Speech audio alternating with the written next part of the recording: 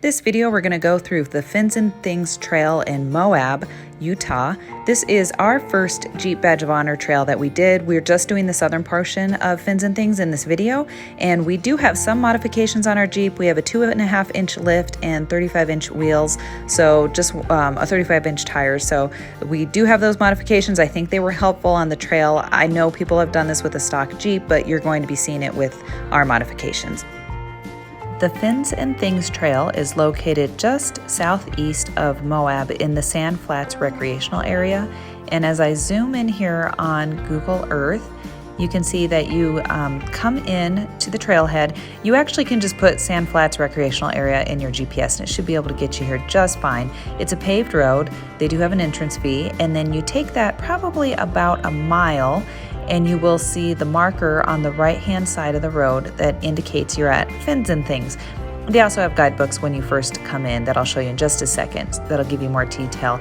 You can see from kind of an overhead look at the top of this trail, it doesn't necessarily look like anything too crazy, but trust me, all of those black marks are pretty much burning rubber. So you can see a lot of sand and then a lot of boulders. So it's pretty much a journey of driving through the sand and driving on top and down fins, which are the big boulders that go up and back down. Entering the Sand Flats recreational area will cost you a $5 daily fee, and I think it's $10 if you want to have a weekly fee for the vehicle. When we came in, the ranger just handed us this little pamphlet, which is like a little 2-page deal, and it's fine. It shows you the trails, but it's more from a biker's point of view. So we told her we were planning to do some jeeping, and she gave us the more heavy-duty visitor guide.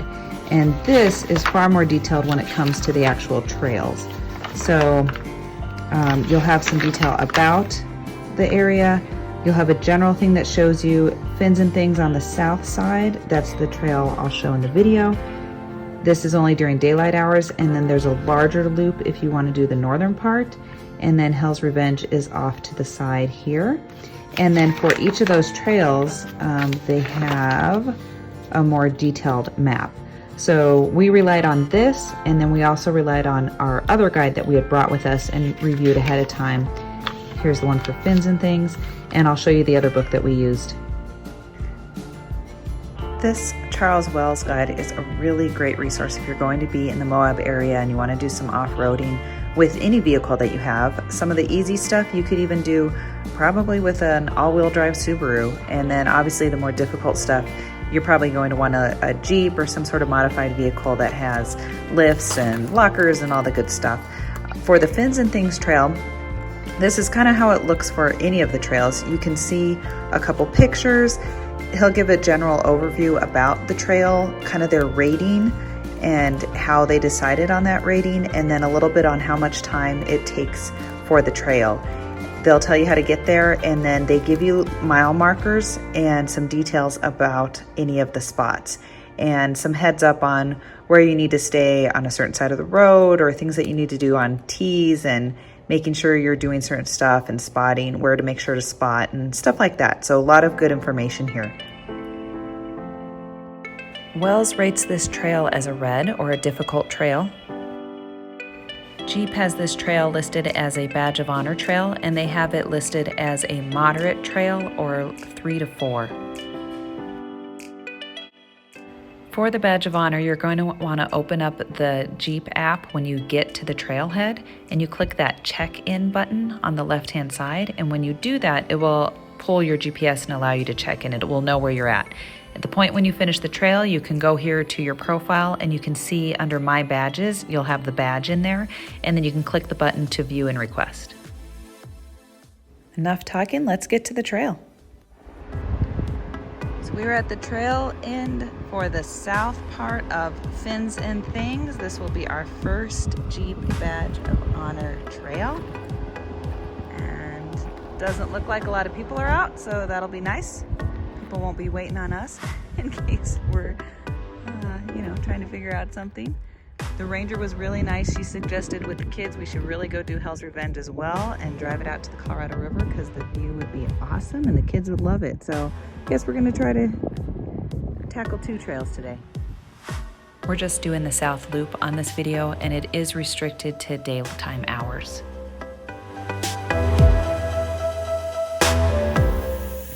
Be sure to air down. We usually ride at 40 PSI for these 35-inch tires, but I think we went down to 20.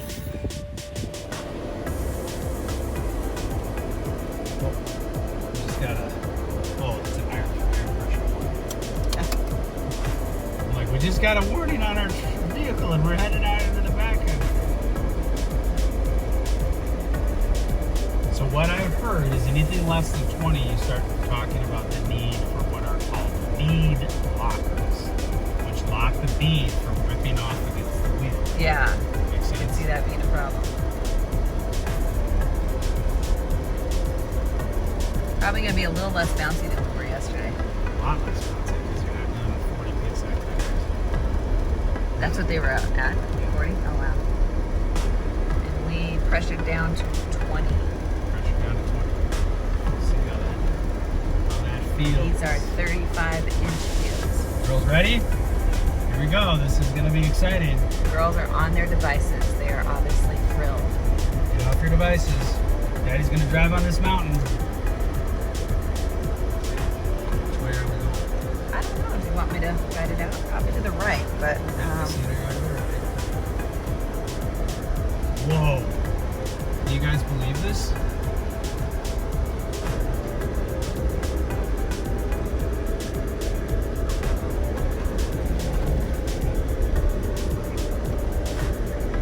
Oh man, this is sweet.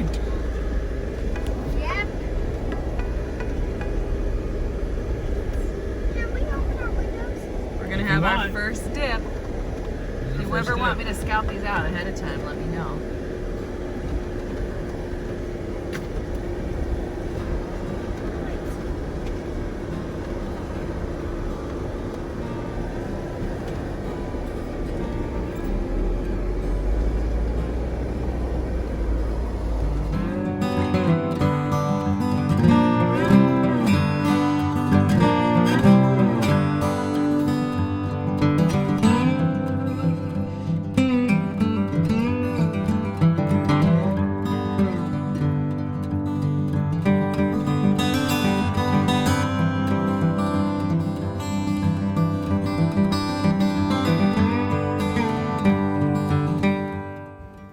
People like this trail because they refer to it as a roller coaster for your Jeep. So you're really going up these fins, these boulders, and then coming back down, and you're doing that over and over. You're going through sand and having to deal with that really thick sand. And so it feels a little bit like being at an amusement park.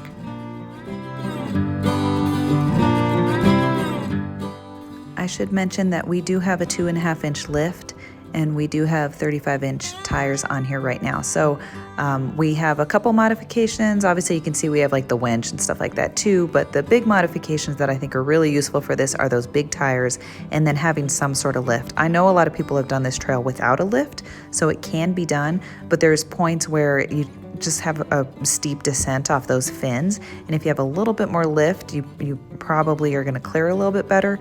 Also, there's some points of, you know, divots and jagged rocks and stuff where it helps having that lift. Climb, baby, climb. Girls, are you watching?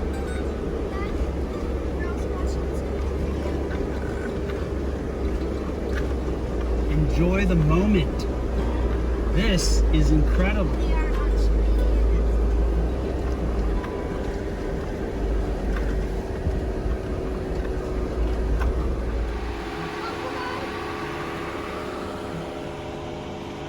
Our budding photographer is taking her own images.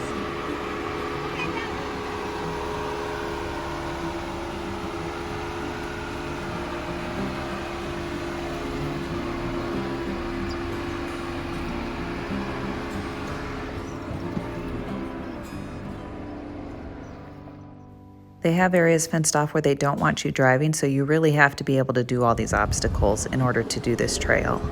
Beautiful view, well-tracked trail. Jeremy's heading out. Down a fin, backside of this fin.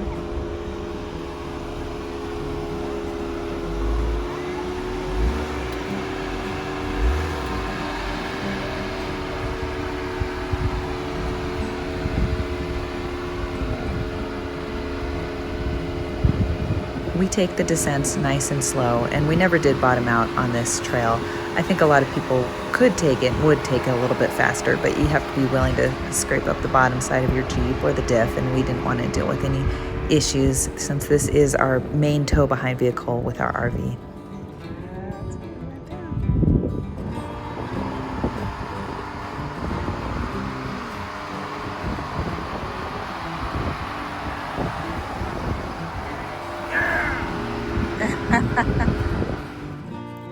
They do a good job of marking where the trail goes by having these painted chevrons in the trail. You can see that mark right there.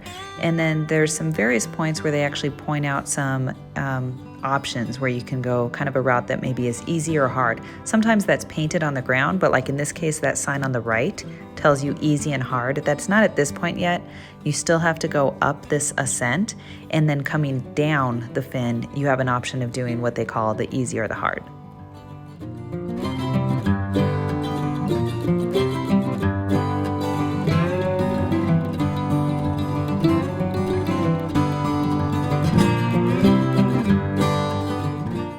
So here's the point where the descent on the left is more of a ledge, so you have a bit of a jump down, and then on the right, it's pretty much as steep, but it's a little bit more gradual in its approach. Okay, we are deciding, this looks like the hardest obstacle of what we've had to do so far, and we're deciding that this inside route further off to the right is going to be the less steep option. We just saw an FJ tip and lift their back tire on that outer route right there. They lifted up, and I almost thought they were gonna flip, and then they flapped back down. So they made it and bounced along, but I think we're gonna stay to the right, and hopefully that works out a little bit better for Jeremy.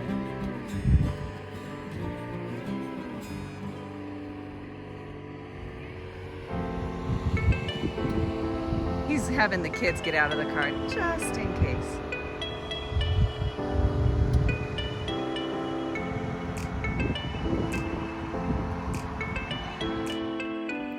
He took this descent really slowly. I actually sped it up a little bit right here as I'm showing it to you. This is where that 2.5-inch lift really helped out and came in handy. He didn't bottom out at all.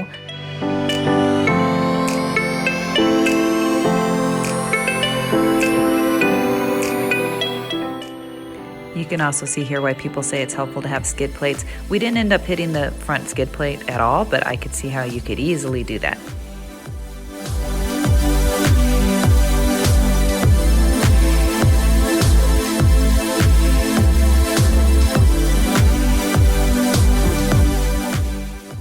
One last dip, and we are through this fin.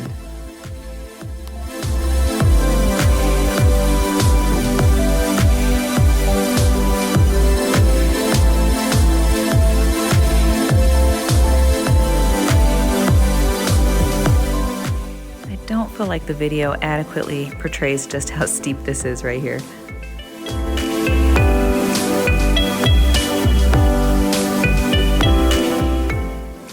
This final large fin is the steepest of this whole southern part of this trail. If you don't like this type of a steep fin, then I highly recommend not heading over to Hell's Revenge, because not only do you have steeper fins than you have here, but you have narrow fins where you're having to really have your lines right in order to keep going. This at least was nice and wide. And once we got to the top, we had a little bit of time to assess the 3 different routes that you could take down and see which one we wanted to do. Once you get to the top, the views are really spectacular. You can see the Sand Flats recreational area off in all directions. And if you don't have a big line of Jeeps behind you waiting for their turn to take the trail, you can just kind of get out and enjoy the views.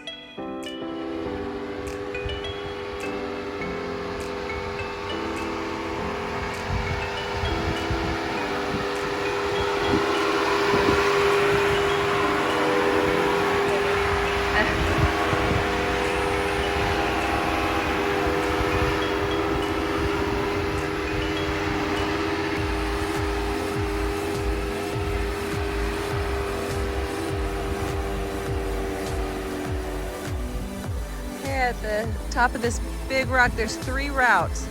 That first one looks just like a total sheer drop to me. Jeremy says it's not. This one's pretty steep too, but maybe there's a little bit more leeway. I think this one is the least steep, but it has the least amount of road. It's really narrow what the actual path is that you can take off to this left side.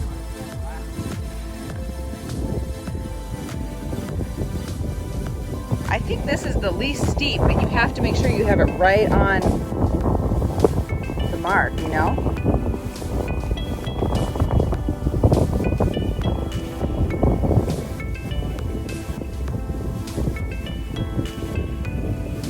You just got to be right on that.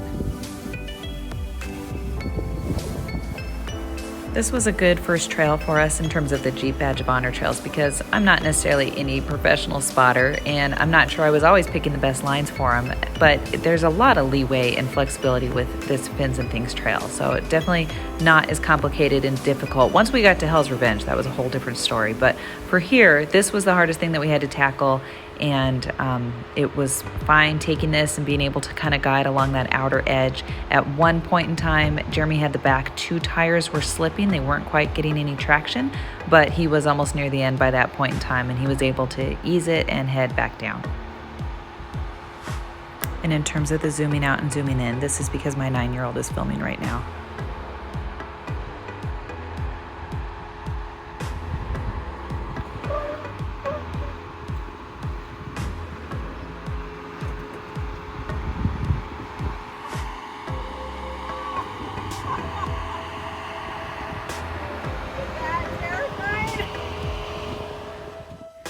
After that large fin, you end up hitting a sandy patch for quite a while, and you take that along on the trail.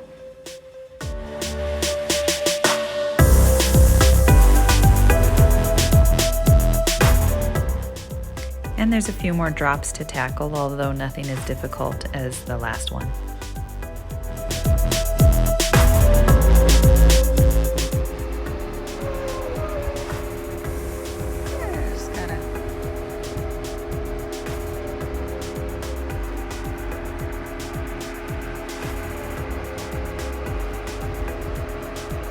That hits or not. I just cleared it.